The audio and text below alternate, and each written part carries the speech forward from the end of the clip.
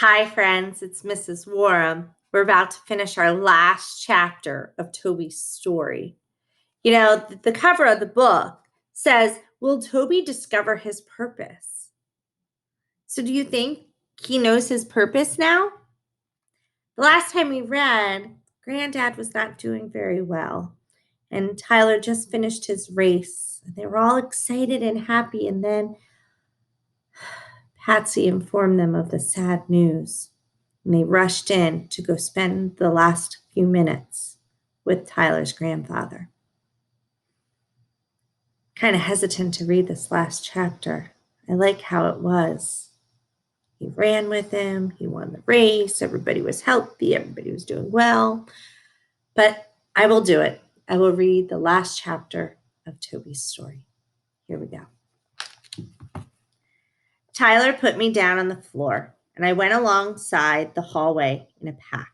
Patsy, Fran, Mona, Tyler, and me. Mona kept a hold of my leash. In a moment, I saw we were headed for the quiet place. "I don't think you've been to this wing before," Fran said to Tyler as we walked. "It's just a place where we can take very good care of people like your grandfather. Everything is about keeping them comfortable, about taking care of them and their families. Whatever your grandfather needs, we'll make sure he has it. And I've been in touch with your mother. She and your father will be here as soon as they can." Tyler nodded. I looked up at his face and Mona's, trying to decide why everyone was so sad. "We had so much fun running. What happened?" Fran opened a door. Tyler went inside. He reached out for Mona's hand, the one holding my leash, and held it. So Mona and I went inside with him. Patsy and Fran stayed in the doorway looking in. Granddad was there. He was sitting up in bed, leaning back against the headboard.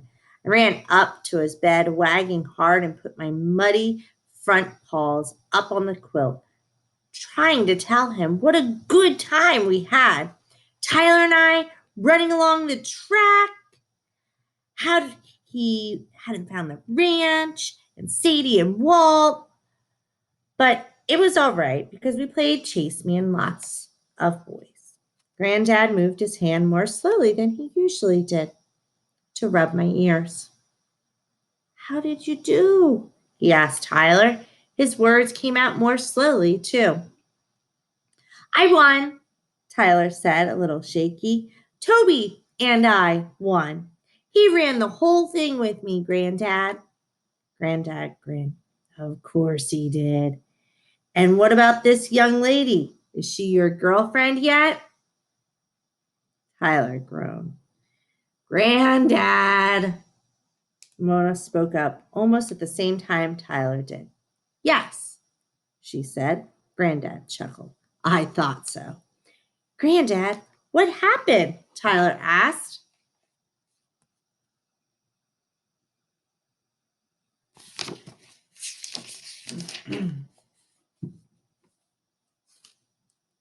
I dropped my feet down to the floor so I could pick him up better. "Are you sick?"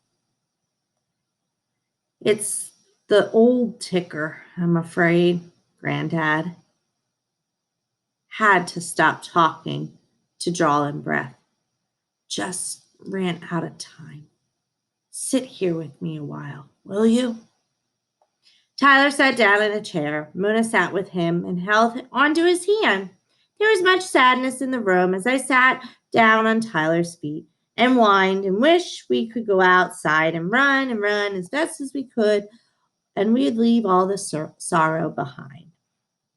For the next day or two, Tyler and I still went for a run in the morning, but after that, we'd go right to Granddad's room.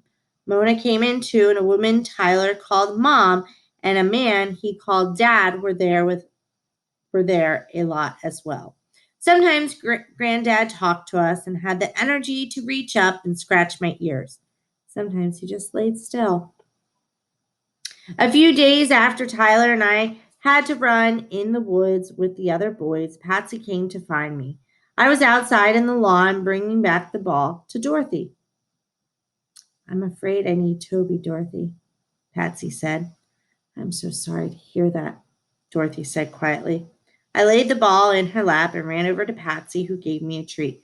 Come, Toby, I have a job for you, she said, and she walked me down to the hall to the quiet place. I was not surprised when we were headed to Granddad's new room. There was Tyler and Mona, too. Mom was sitting in the chair near Granddad's bed, and Dad was leaning over her with his arm around his shoulder. Granddad was asleep, leaning back on the pillows. His breathing sounded like Tyler's after he and I had finally finished our morning runs. I wanted to say hello to Granddad, so I jumped up onto the bed. He didn't move. I sniffed at his face, and there was a smell I recognized, a faint one that somehow told me Granddad was far away, too far to rub my ears or feed me a treat or call me by my name. I knew what to do. I did. Lie still. Good boy, Toby, Patsy said slowly. Shall I leave you together? Yes, thank you, Dad said. His voice was hoarse. Tyler came up to the bed and stroked my head, and he ran a big long on my back. Goodbye, Granddad. I love you, he said softly. Mom and Dad came close to the bed, too. Mona hesitated, but Tyler held out his hand to her, and she reached over to take it. I did lie still, feeling the warmth of Granddad's side along my back. All these people were here with Granddad because they loved him. I could feel the love coming from them and how it wrapped around Granddad and held him close. Granddad belonged to all these people, and I did too. It was a new thought for me. It made me happy, and my tail wanted to wag, but I didn't let it. I knew tail wagging was not part of lie still. My life was going to be different from my mother's. She belonged to one person, to Walt. But I did not. I wasn't Mona's dog or Patsy's or Tyler's or Eddie's. I belonged to all my friends. I was everyone's dog. I was surrounded by people who loved me just like Granddad was.